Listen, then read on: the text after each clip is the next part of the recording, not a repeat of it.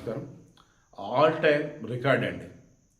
వెండి ఔన్స్ వచ్చేసి $70కి వెళ్ళింది. బంగారం వచ్చేసి ఔన్స్ వచ్చేసి $4,484 దగ్గర ఉంది. రేపు మార్కెట్లో ఒక్కసారిగా దూసుకుపోవడం గ్యారంటీ బంగారం వెండి రేట్లు.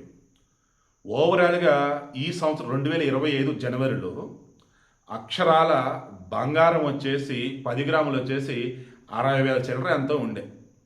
ఇప్పుడు వచ్చేసి 70, 60, 130 70,000 చిల్లర అండి.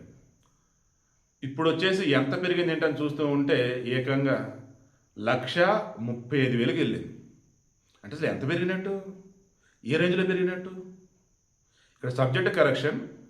జనవరిలో ఉన్నదానికి ఇప్పుడు దానికి పోల్చుకుంటే దాదాపు ఆల్మోస్ట్ 80 or 90% రీచ్ అయిపోయింది. ఆ రేంజ్లో పెరిగింది. వెండి అయితే అక్కడ డబుల్ అయిపోయింది. వెండి జనవరిలో నాకు తెలిసి కేజీ వెండి వచ్చేసి 1,20,000, 1,30,000గా ఉండే. ఇప్పుడు 2,36,000 మనం మార్నింగ్ మాట్లాడింది. ఆల్మోస్ట్ డబుల్ అయిపోయింది.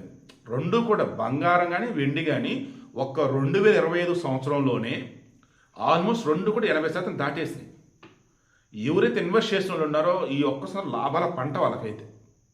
మొన్న మధ్య వెండిలో ఎవరైతే పెట్టుబడులు పెట్టున్నారో కొంచెం భయపడ్డారు, తొందరపడ్డారు. అప్పుడు నేను చెప్పాను, భయపడకండి, వెయిట్ చేయండి, బట్ జాగ్రత్త, డబ్బు అసలు ఏమీ లేదు, మా వల్ల కదనుకుంటే ఇక మీ ఇష్టం, లాస్ ఎదురు అమ్ముకోండి, లేదంటే వెయిట్ చేయండి, పెరిగిద్ది అని హార్డ్లీ 1 or 2 months మొత్తం పెరిగింది, బ్రహ్మాండంగా పెరిగింది.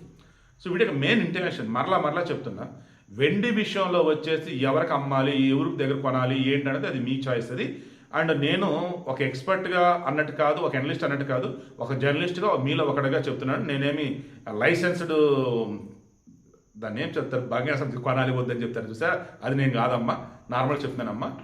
ఏ వేళ డబ్బు ఉంది అంటే బంగారం కొని పెట్టుకోవడానికి ఉత్తమం ఇంకోట్లేదు. రిస్క్ అయినా పర్లేదు, మాకు బాగా లాభాలు రావాలనుకుంటే వెండి. ఒకవేళ వెండి సడన్గా పడినా సరే తర్వాత పెరిగిద్ది అది, బట్ ఈ లోపైతే భయపడకుండా అయితే ఉండండి. సో రేపు మార్నింగ్ మార్కెట్ ఓపెన్ అయ్యేటప్పటికి బంగారం వెండి ఎంత పెరుగుండొచ్చు కింద కామెంట్లో తెలియచేయండి. ఇంటర్నేషనల్ మార్కెట్లో మాత్రం ఆల్ టైమ్ హైయెస్ట్గా అయితే వెండి వెళ్ళిపోయింది, బంగారం కూడా వెళ్ళిపోయింది.